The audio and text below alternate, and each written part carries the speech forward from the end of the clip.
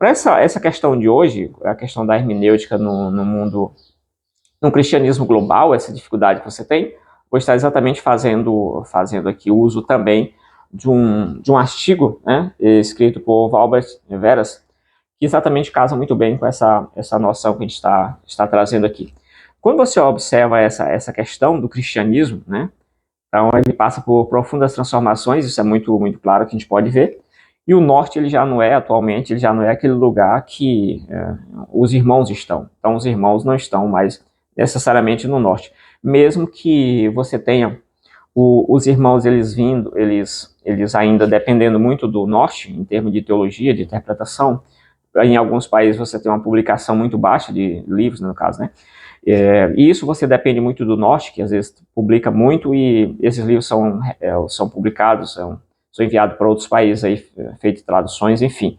Então se depende muito do sul, independe muito do norte. Porém, em termos de número de cristãos, o norte já está exatamente meio que esvaziado. Você tem ali os Estados Unidos como o grande país cristão do mundo, mas em linha geral você tem os cristãos do norte migrando exatamente para a região sul.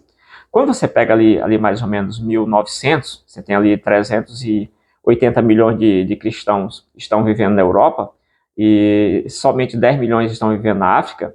Quando você chega hoje, o percentual já é muito, muito, muito diferente, né? Isso aí já reverteu drasticamente aí, em termos de irmãos ali no continente africano. Quando você pega entre o século XX e o século XXI, você tem 16.500 pessoas se convertendo ao cristianismo diariamente. Isso é um dado importante ali em relação à África. Aí. E enquanto que na Europa você tem mais ou menos 4.300 pessoas deixando as igrejas por dia. Então aí você tem exatamente um esvaziamento terrível. Quando você vai para o ponto de vista ali da sociologia, aqueles grandes nomes da sociologia, Max Weber, tá? Principalmente, ele tem aquele artigo lá do Espírito do Capitalismo, né? Ética Protestante, Espírito do Capitalismo, onde ele previu exatamente uma secularização da questão da religião, que ele chamou ali de racionalização da vida, ou então desencantamento do mundo, né? Você vê exatamente a religião passando por um processo de secularização. E não necessariamente, indo agora para outro autor, quando você vai para a questão se perguntar o que a religião faz na modernidade, né? Como que é a religião na modernidade? É exatamente o contrário, que a modernidade ela termina aqui usando a religião para um fim que ela quer, né? Então, a pergunta que alguns fazem é o que a modernidade faz com a religião? Não o que a religião faz com a modernidade ou coisa do tipo, né? Então, você tem exatamente isso. E essa racionalização da vida, ou esse desencanto com o mundo, acontece bastante na região norte, tem acontecido exatamente nisso, né? Então, esses países mais ricos, países mais culturalmente mais trabalhados nesse sentido, né? Mais estudados, com mais recursos, né? Até no ponto de vista cultural, você não pode hoje dizer que uma cultura é melhor que outra, mas do ponto de vista cultural, que eu digo até mesmo educacional, mais acesso à educação, enfim, né? Todas essas questões aí. Então, quando você analisa esses países aí, claramente eles estão se secularizando em termos de religião. Você tem muitos membros, assim, participantes, mas em geral não são tão comprometidos em boa parte deles, né? E aí você tem exatamente o Max Weber acertando na veia, dizendo que a religião, né, essa análise aí em cima do cristianismo, iria se secularizar, entrando nesse processo aí de racionalização da vida, ou até mesmo, né, racionalização ou desencanto com o mundo. Porém, ele não previu nessa análise que o cristianismo, em vez de estar diminuindo drasticamente, e parece haver uma diminuição do cristianismo no mundo, né?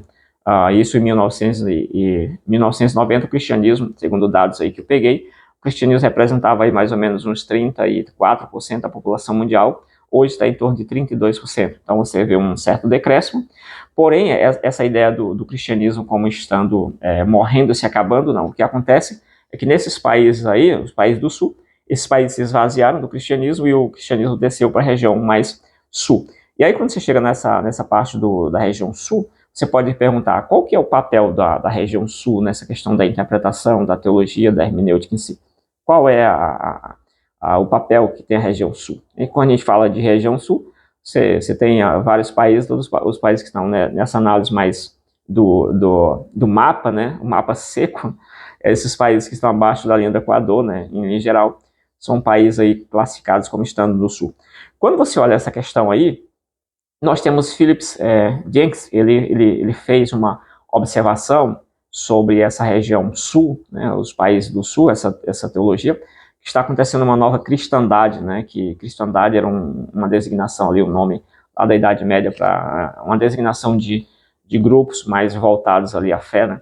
Então você tem, segundo esse autor, uma perspectiva, uma volta a essa cristandade, o que está acontecendo exatamente na região sul, né.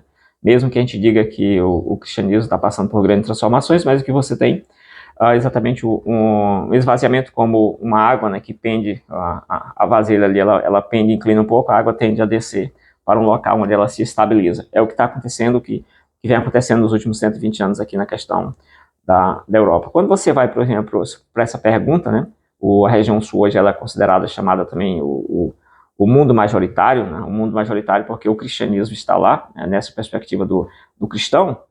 E aí, quando você vê a questão do sul, o sul está sempre avançando, o sul vem avançando. Você tem países como China, tem Nigéria, tem Brasil, você tem Coreia do Sul, você tem muitos países aí. As maiores igrejas hoje estão aí, por exemplo, na China, né? Você tem as maiores igrejas do mundo aí. Então, essas regiões elas estão avançando. Quando você vai para essa questão do avanço do sul, né? Você ainda observa que o norte ele ainda detém o poder, como eu comentei um pouco acima, o poder em relação à interpretação, né, exatamente, as lentes que a gente olha exatamente ainda, as lentes do norte, porém, exatamente vemos o caminho que o sul está trilhando, né, o sul está avançando, isso faz com que o sul requeira agora ser usado a sua lente para interpretar. Assim, o sul ele deve contribuir, né, tem contribuído muito com a questão da interpretação. Nesse caso, o sul também tem lá, vai apresentar a sua interpretação do texto bíblico, não mais usando apenas a lente do norte, mas agora o sul tem suas próprias lentes. Esse é um ponto importante que a gente poderia listar aqui. Então, basicamente, é isso que você tem nessa questão aqui do sul. Aí, caminhando um pouquinho, qual é o problema que você tem? O problema é que você tem uma diferença de hermenêutica, de interpretação, do sul para o norte, isso é muito claro. Assim como você tem uma hermenêutica diferente do Oriente para o Ocidente, né? Então, o que seria basicamente o Oriente para uma pessoa que não teria um conhecimento de geografia, né? O que seria o Oriente e o Ocidente. A primeira divisão que você tem de Oriente e Ocidente é aquela divisão assim, né? Do mundo divide assim, a linha de Greenwich, por exemplo, onde você tem do seu lado aqui da esquerda tem o Oriente, desse lado você tem o Ocidente. Essa é a primeira divisão. A segunda divisão que você tem do que seria o Ocidente, o Oriente. Oriente seria basicamente, o Ocidente, na verdade, o Ocidente seria exatamente qualquer região que é fundada a partir de pressupostos, por exemplo, da lei romana, a ética judaico-cristã, esse tipo de coisa, né? Filosofia grega, qualquer país, ainda que esteja um pouco acima ou abaixo dessa linha aí, ou para cá ou para lá, ele vai ser considerado pertencendo ao Ocidente, que é exatamente essa visão de mundo que se tem um pouco mais judaico-cristã. Basicamente isso aí. Então você tem o pressuposto ainda do norte muito forte, e aí você vem para aquela questão, mas se eu seguir aquele pressuposto, inclusive, né, se eu seguir esse pressuposto aqui, as regras hermenêuticas colocadas ali, as mais iluministas, né, se eu seguir essas regras, eu vou chegar na verdade, né? Então, essa parece uma resposta, parece que a gente deveria responder essa pergunta com um grande não, né? Porque exatamente você tem várias interpretações, né? E não é falta de hermenêutica, não é falta disso, aquilo, mas às vezes é porque são outros elementos ali que não são às vezes considerados na análise, que termina também interferindo no processo. E aí você entra exatamente no mito da modernidade. A modernidade chega exatamente como o período, saindo da Idade Média, né? A modernidade, historicamente, entra ali em 1443, e nessa Idade Moderna, a partir dali, exatamente você chega com a ideia de que agora sim, a Idade Média caiu, né? A igreja, o domínio da igreja, e agora você vai entrar num processo em que você confia cegamente na ciência, na razão e por aí vai, né? Então, uma crença, certeza absoluta em muitas coisas ali, é característica da idade moderna. Na idade pós-moderna, você duvida dessas certezas que você tinha ali na modernidade, por exemplo, né? E aí nós temos, aí tem alguns conceitos sociológicos, idade moderna, modernidade, que é outra questão também, né? Você entraria ali na sociedade líquida, onde você não tem muita verdade, assim, verdade rígida, né?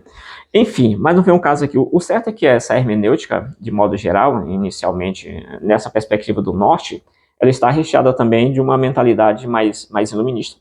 O que seria essa mentalidade mais iluminista? É basicamente uma mentalidade em que o conhecimento ele é exatamente uma cópia da realidade. Isso é um pressuposto ali do iluminismo e tal, daquela questão no apego exacerbado à ciência, o conhecimento científico exatamente um conhecimento verdadeiro, sem nenhum tipo de retoque, enfim.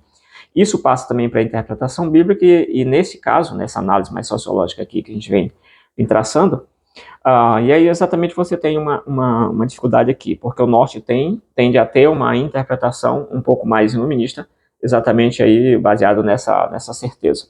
E aí você tem aquela ideia que você vai se aproximar do objeto de forma neutra, que também é um mito lá da modernidade, né? E exatamente esse mito, ele ainda perpassa nossas vidas, de que a nossa análise é sempre uma análise perfeita, uma análise correta, tudo está correto. A análise do outro que é uma análise errada, isso é uma herança que a gente tem da modernidade. São os mitos da modernidade. A gente trabalha isso aí também em ciência. Aí nós temos, por exemplo, questão da hermenêutica, né? E a cristologia iluminista, que é exatamente isso que acontece no norte. O norte ainda influencia, como eu disse, a questão da teologia, porém, entretanto, todavia, existe essa ideia ali no pensamento de que o conhecimento produzido ele é exatamente a cópia, ele é uma xerox, ele é a foto da realidade. E às vezes não é isso, né? E aí tem também a ideia do realismo ingênuo, que exatamente também influenciado também por essa questão iluminista, mas o idealismo ingênuo, que o autor também coloca desse artigo que eu peguei no início aqui para fazer um suporte para essa discussão, classifica também a ideia essa ideia aqui, quando você pega esse idealismo ingênuo, é aquele que vai causar impacto grande na questão da evangelização, vai evangelizar a cultura, chega lá dizendo que tem que destruir aquela cultura e eles têm que pegar uma nova visão de mundo, né? E aí ele colocou qual seria exatamente o idealismo mais correto, seria o idealismo crítico. Né? Nesse idealismo crítico, você respeita as culturas e não mais você tem aquele objeto de verdade, você tem que destruir aquela cultura, porque a cultura correta que ele tem que ter, né, sei lá, os indígenas, por exemplo, é exatamente aquela que você está colocando aqui.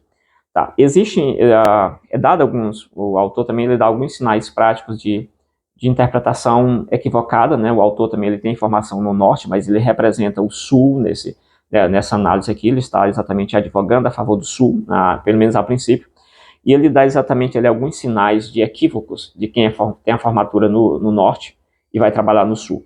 Então ele fala da escolha de um missionário que na região lá, ali, disseram, você não pode ir ao campo, né? Ele tinha mais ou menos 40 anos e eles julgaram que ele era bem velho já para a atividade. Só que terminaram que barrando na primeira agência, que era a agência da igreja dele lá, ele disse, olha, você não pode, esse casal aí tá idoso demais, não dá certo esse velho aí, 40 anos. E aí ele foi para outra agência enviou, e lá o senhor fez o trabalho através do Espírito Santo, converteu todas as pessoas da região, todo mundo se converteu da uma pancada só, como se diz. Então, exatamente mostrando esse equívoco de uma formatura a partir desse viés. Ele deu outro exemplo também de um casal que também fez teologia no norte e foi enviado para a região, essas regiões que já comentei no início aqui, para não dar BO aqui na questão do algoritmo. Então, essas regiões aí que eu já comentei, né, já conhece, esse missionário foi para aquela região, uma região difícil, e lá diz que eles começaram a pregar mais fortemente tal, e até mesmo nessa questão cultural, e é certo que o líder, né, o líder daquela comunidade, né, ele disse assim, olha, vai partir dessa para melhor uma pessoa bem nova, né, no caso aí. Então, a pessoa nova aí vai partir dessa para melhor, para vocês saberem que aqui o negócio não é assim. Beleza, aí foi, e exatamente aconteceu como ele previu. Isso aconteceu. Então, essa pessoa, esse líder, se virou para eles e falou assim, olha, se você não largar de falar sobre isso, ou então for embora, ou a próxima pessoa que vai partir dessa para melhor é exatamente um descendente aí de vocês. Né? E exatamente naquele momento, quando eles perceberam que a coisa exatamente acontecia como o senhor falou, sempre acontecia, ele exatamente, a mulher pegou e disse, olha, se quiser ficar aqui, fique, mas eu vou embora, eu vou para os Estados Unidos agora, e pegou, foi exatamente embora, né? E, então, basicamente, isso ele mostra o erro que é uma interpretação, você é formado numa visão de mundo e você vai para outra, às vezes você não tem um preparo, né? É basicamente a crítica que ele faz. E dentro dessa visão mais do sul, aí você entra em outra questão. Quando você entra nessa parte do sul, você tem várias análises aí. Principalmente você cai de marxismo, você cai em alguma corrente assim, você tem infinitas correntes sobre isso. Quando você vai para a questão do sul, você pode interpretar exatamente Tiago, pegando Tiago ali, como o Bloomberg fez, né? E aí você pode analisar que ali o texto está mostrando exatamente que a igreja não deve tolerar essa exploração dos ricos sobre os mais pobres, e isso é mais uma questão, né? Você pode pegar exatamente a mulher samaritana e supor que exatamente o sentido do texto é que Jesus estava mostrando que a mulher não deve ser submissa ao homem desse jeito, né? Mas ela deve exatamente tomar o seu papel ali no anúncio do evangelho e pronto, né? O que talvez não seja essa explicação ali do texto, também como não é necessariamente de Tiago. Mas, entretanto, todavia, fazendo esse contraste aqui entre a teologia do norte, a hermenêutica do norte e a hermenêutica do sul, quando você vai para o sul, você tem exatamente essas interpretações equivocadas. Tanto o norte tem interpretações equivocadas a partir do seu mundo, da sua visão de mundo, de países desenvolvidos, de regiões culturalmente, assim, educacionalmente mais elevadas, às vezes, né? Que tem mais oportunidade, mais acesso, mais saúde, educação, você tem uma interpretação muito diferente. Então, talvez ali, até mesmo a percepção sobre Deus é bem diferente na região norte do que na região sul. E aí você tem algumas hermenêuticas ali. Tá, então na região sul você tem aqui problemas aqui, né? Meu vídeo terminou cortando aqui. Tá, eu voltei aqui. Bom, aí você tem na região sul exatamente alguns problemas na hermenêutica do sul, que é exatamente, por exemplo, a hermenêutica da libertação. Você sempre vai propor que você está sendo oprimido, tem um oprimido, opressor, sempre o norte está oprimindo o sul. Então você pode ter essa na interpretação do norte, porque você sempre tem aquela ideia do vitimismo, do oprimido, o sul enxerga isso muito bem, né? Se enxerga como vítima de um processo de tal coisa, e o norte como os exploradores. Então, nessa teologia, você já tem um comprometimento, né? Você já tem uma pré-determinação ali, que é exatamente essa ideia de que você é o coitado e o outro é o explorador, né? Você tem, por exemplo, a teologia feminista, que também já tem uma percepção também de exploração, né? O homem explorando a mulher de alguma coisa. Você tem a hermenêutica negra, que na hermenêutica negra Jesus aparece como negro. Então, o que a congregação deve fazer? Exatamente ficar negra também com Jesus. Então, são percepções que nem Jesus branco, nem Jesus negro, né? Ou seja, cada um vai puxar para o seu lado, para a sua interpretação. Então, basicamente isso, o autor vai propor uma chamada hermenêutica da humildade, né? Que você vai exatamente dialogar, tanto o norte dialogar com o sul com o norte, e assim, aproveitar o que há de melhor em cada uma delas e perceber exatamente que você tem problemas em todas elas. O norte tem lá os seus problemas, o sul também tem lá os seus problemas, os seus equívocos interpretativos. Então, e é isso, né? Espero que você tenha chegado até aqui. Se chegou até aqui, com certeza é um guerreiro, né? A maioria das pessoas não chegaram aqui nunca. Então, basicamente isso. O vídeo terminou cortando bem no finalzinho aqui. Eu terminei retomando. Era isso que eu queria apresentar aqui, né? Onde está a verdade. A verdade está exatamente no texto bíblico, na Escritura Sagrada. Porém, as interpretações para chegar na verdade é que a gente está comentando aqui nessas dificuldades, aqui apresentando tanto a perspectiva do norte quanto a perspectiva do sul. Acho que já comentei tudo o que era necessário comentar. Agradeço você que chegou até aqui. E é isso, compartilha com seus amigos, se inscreva no canal e aí deixe seu comentário. Valeu!